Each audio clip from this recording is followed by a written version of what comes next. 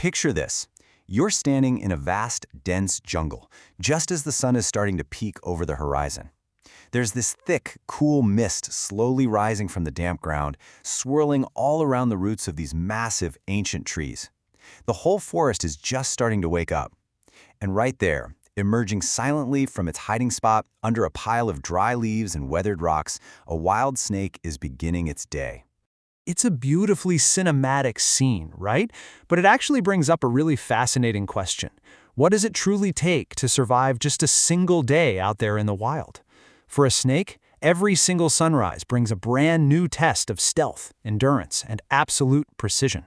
Because let's face it, there are zero guarantees in the jungle. It is all about pure instinct. Okay, let's dive right into this explainer. Welcome to A Day in the Life, the Survival of a Wild Snake. Today, we're going to break down exactly how these incredible reptiles navigate their world, hunt their prey, grow, and ultimately survive the really harsh realities of nature. Section 1. Dawn in the Jungle, Emerging from the Shadows. Now, before a hunt can even get started, a snake needs a really secure stronghold. These guys are incredibly strategic architects when it comes to their own survival.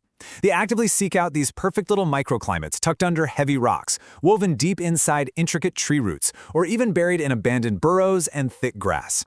And these aren't just great hiding spots from early morning predators. They're actually vital thermal bunkers that protect them from drastic temperature drops overnight. So once they're out of the den, the snake starts mapping its territory using its absolute best sensory tool. Yep, the tongue flick. Now, it's not just tasting the air. It's actually gathering microscopic scent particles and pulling them into this highly specialized receptor in the roof of its mouth called the Jacobson's organ. This essentially lets the snake literally see the world in 3D chemical trails, meaning it can track down its breakfast way before it ever actually lays eyes on it. Pretty wild, right? Which brings us to the next critical phase of the day. Section 2. The Art of the Hunt, Patience and Precision. You know, a wild snake's diet is incredibly opportunistic. Depending on the exact species we're talking about, literally everything from mice and small birds to frogs, insects, and even other lizards is perfectly fine for the menu. But to actually take down this super agile prey, they have to process those chemical trails we just talked about, silently closing the distance through the dense undergrowth until they are in the absolute perfect position. And the way they execute this ambush, it is a total masterclass in efficiency.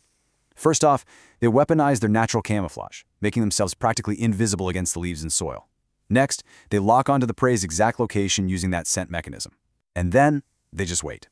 They conserve their energy, going into this state of hyper-focused stillness that can literally last for hours. Finally, they unleash a strike so incredibly fast, it captures the prey in a fraction of a second. But surviving day to day isn't only about eating. It's also about physically adapting and growing. Section 3. Growing by shedding skin. A necessary transformation. Okay, here's something absolutely crucial to understand. Because a snake's skin doesn't grow at its body, it eventually turns into this super tight, restrictive shell. So, to initiate shedding, the snake has to actively find rough surfaces, like jagged rocks or maybe some rough tree bark, and it rubs its snout right against them. This friction catches the edge of that old skin, tearing it just enough so the snake can crawl right out of it. It peels that outer layer backward, usually inside out, shedding one entire continuous skin to reveal the fresh, much larger layer hiding right beneath. This whole process, which is technically called ecdysis, happens several times throughout a snake's life, and here is a really fascinating detail for you. It isn't just about getting bigger. Shedding actually leaves behind accumulated wear and tear, and completely strips away any annoying external parasites. So every time they drop that discarded skin, it marks a literal and metaphorical period of growth, leaving a much stronger, far more experienced predator behind. Of course, being bigger doesn't mean you're perfectly safe. The jungle is totally unforgiving. Section 4. Surviving a hostile world. Constant threats.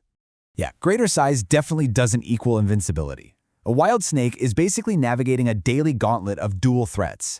On one hand, you've got biological predators. Think eagles scanning from high above, or mongooses actively hunting through the brush. But on the other hand, the environment itself can be just as deadly. Sudden floods can easily drown a burrow in a matter of minutes. Severe droughts can completely eliminate water sources, and creeping habitat destruction threatens their entire territory. So how do they survive all this? Well, snakes are the ultimate adapters. If a mongoose shows up, they rely on explosive bursts of speed and perfectly chosen hiding spots to escape. And against the harsh elements, they essentially act as highly sensitive meteorologists. They'll seek out deep shade during scorching hot summer days, find secure shelter from torrential rains, and actively look for sun-baked rocks at night to help regulate their cold-blooded body temperatures.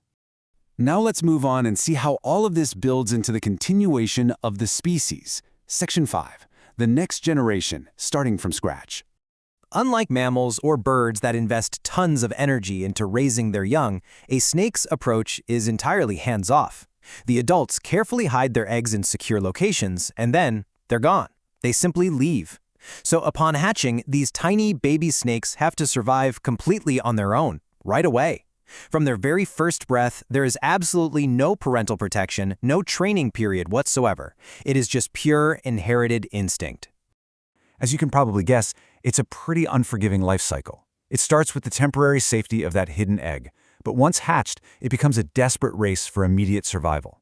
The ones that actually make it past that super vulnerable hatchling phase become growing juveniles, where they are constantly learning, hunting, and shedding. Ultimately, the very few that survive this whole gauntlet finally reach maturity, becoming the apex ambush predators shaped entirely by that hard-won experience. And that brings us to the final chapter of our explainer, Section 6, the natural cycle, sunset in the forest. Just as we started at dawn, we must inevitably reach the end of the journey. A wild snake's life rarely ends peacefully, right? It usually succumbs to predation by larger animals, disease, lack of food, extreme weather, habitat loss, or just simple old age. But out in the wild, we shouldn't view this as a tragedy. It is a completely neutral, entirely essential transfer of energy that is deeply, deeply integrated into the ecosystem's cycle of life. And really, this is exactly why the survival of the wild snake matters to all of us. Snakes are absolutely vital for maintaining balance in nature because they control pest populations. Without these incredibly stealthy hunters patrolling the undergrowth, populations of rodents and disease-carrying insects would absolutely explode, which would throw entire ecological systems into total chaos. So, as our mature wild snake successfully finishes up another day, shedding its skin, hunting its prey, and quietly disappearing back into the wilderness as the sun sets, I want you to consider the incredible complexity of the wild. As the snake finally sleeps, what other unseen predators are working right now under the cover of night to keep our natural world in perfect balance?